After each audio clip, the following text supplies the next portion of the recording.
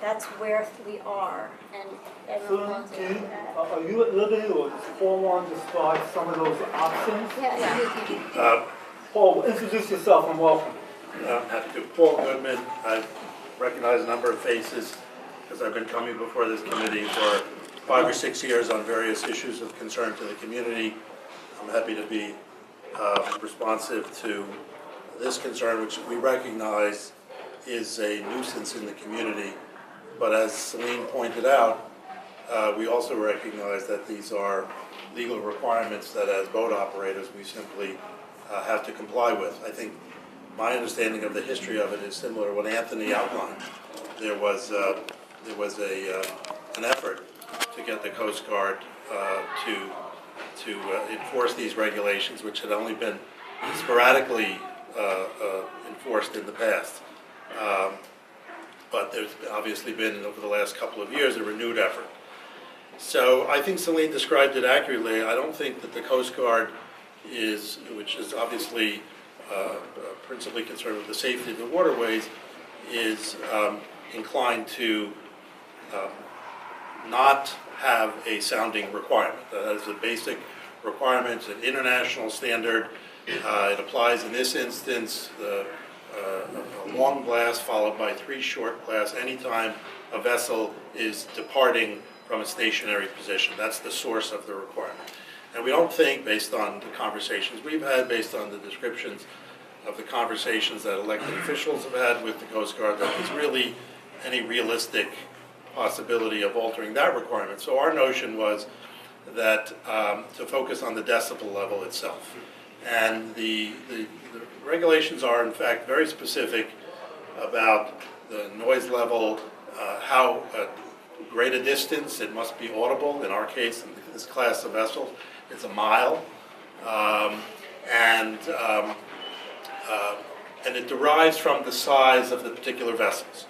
So our focus was to see if we could get a standard which we think operationally would not compromise the safety of the waterways and any other traffic in the harbor, to, instead of having the standard that currently applies of the audibility a mile apart, which applies to vessels over 65 feet in length, to apply a standard which is on the books that applies to vessels between lower than 65 feet and up to I think in excess of 20 feet.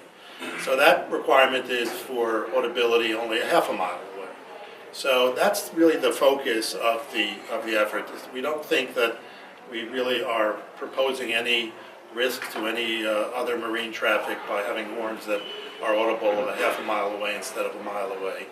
And that's the principal area that we suggested be the focus of the effort to mitigate what is obviously a noise problem in the community. That was a specific recommendation that we made. What was the Coast Guard's reaction to that? The Coast Guard thought it was a really interesting idea. So they didn't just... No, they didn't at all. Okay. They thought it was a really interesting idea. They had a few questions that they were trying to answer about. They want to look at it from the safety perspective as well and make sure that they feel comfortable with the safety on the waterways.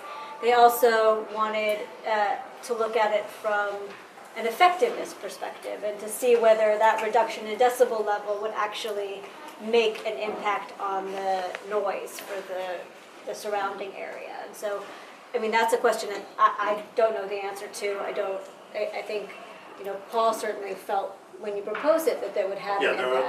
There are certain vessels that obviously you notice that there's a different decibel level because of the different size of vessels. This is not going to change necessarily the noise level of some of the smaller boats or some of the boats that have the smaller sized horns on them, but there are vessels that you can tell the difference, and they are complying with the standard that applies to vessels in excess of 65 feet. So there's work to be done, but we think it's the best opportunity to mitigate. There was some reception there. A couple of very quick questions that Sarah may have. There was always a question about the direction of the horn, whether it's focused on the land or back toward the water side. Is that something that you control? Well, the regulations are very specific about that as well. They require it to be directed toward the stern of the vessel. Okay. And in the particular circumstances of the World Financial Center ferry landing, it really doesn't matter because the vessels land to the north and to the south. Right. So if it's to the stern and you're coming in a northerly direction into a southern slip, your noise is going out southward and the reverse to the north. It really is not, the two westerly slips are not too strong. They're not really in use. They're designed for bigger side loading boats. They're generally not used. Okay, and secondly, if they were to agree to going down to the decibel level for vessels 65 feet and smaller, is that level published, that decibel level?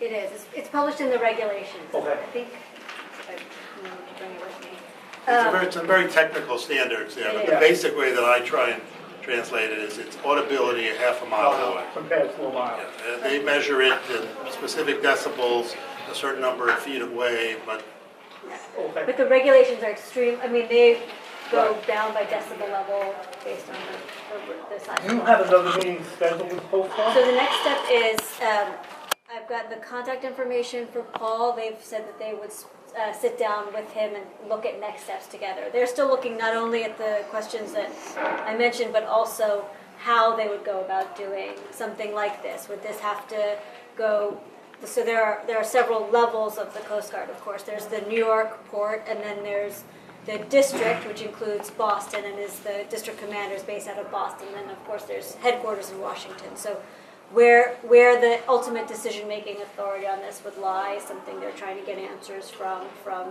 headquarters. But they are going to work directly with Paul on the next steps and on figuring out what that would look like and keep us in the loop on Of course, this would also cover any other operator based on the size of so the... we operate ourselves vessels in that terminal, but we manage the terminal. Right. And we would impose the requirement on any vessels coming into the Fine. terminal.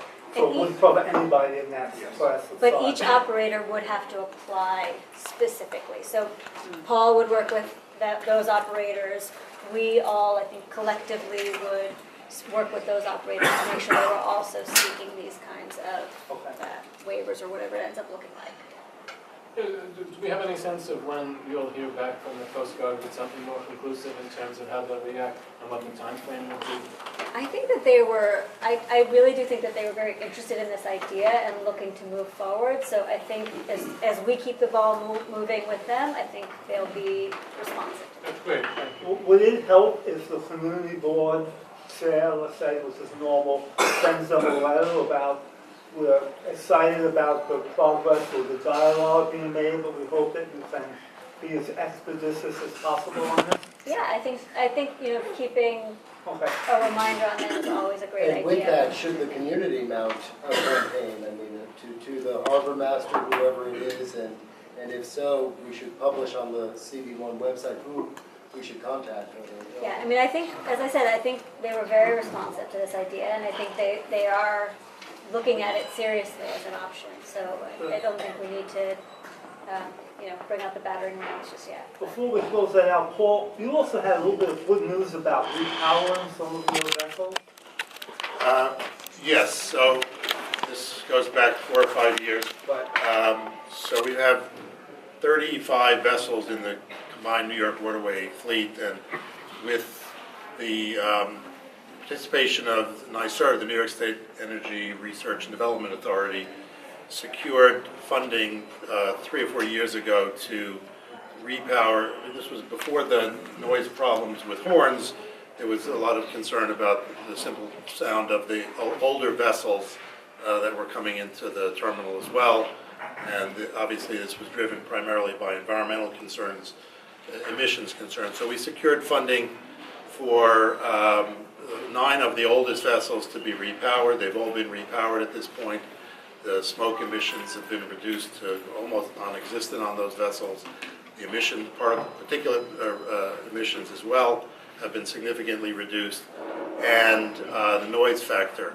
So we were successful. There's a national program run by the FTA for funding for called a ferry boat discretionary fund.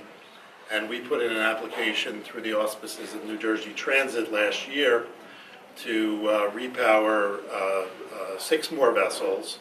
And there was only a limited amount of funding available in this budgetary climate, but we were successful in securing that funding, and we'll be embarking, we're in the design phase now, so we'll be embarking on the next round of repowers over the course of the next, I would say 12 months or so, and we hope to get all 6 of those vessels done within a 12 to 18 month period of time, maybe 2 years. That's the whole question, so after the committee, sorry. So these include the vessels that you're historically familiar with, the so-called Italian class of vessels that used to come in with greater regularity to World Financial Center Ferry Terminal. Those are the key vessels that are going to be the subject of this repower effort. When you finish with that, those additional 6, what will the state of your fleet be at that point? Well, 35, let's say. so 15 will have completely brand new Tier 3 engines. An additional, almost the entire remaining portion of the fleet was the subject of phase 2 of our effort with NYSERDA, which was the installation of diesel oxidation catalyst that I've described to you in the past as well. That was completed as well on 23 of the vessels, so 23 and 9 is 31, so only 4 are outside that program. And the 6 that I'm talking about now that are going to be repowered are among the 23 that had the diesel oxidation catalyst already installed. So it's a further enhancement of that category of vessel. That's good news. I'm going to open it up to the committee. Those who want to start? I believe you adjusted the calendar responsoire and the community, the schedule to minimize the number of the older boats going in and out. And I think there's been a marked improvement. Although we've spoken on some occasions, there needs to be a replacement